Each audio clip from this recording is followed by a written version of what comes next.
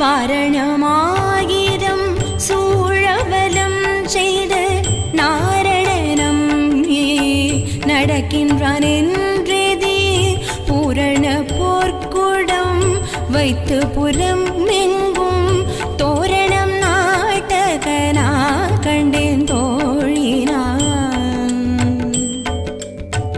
நாளை வதுவை மணம் என்று நாடிட்டு ஆளை கமங்கு பரிசுடை பந்தற்கீழ் கோளரி மாதவன் கோவிந்தனின் மான்வோர் காளை புகுத கனா கண்டேன்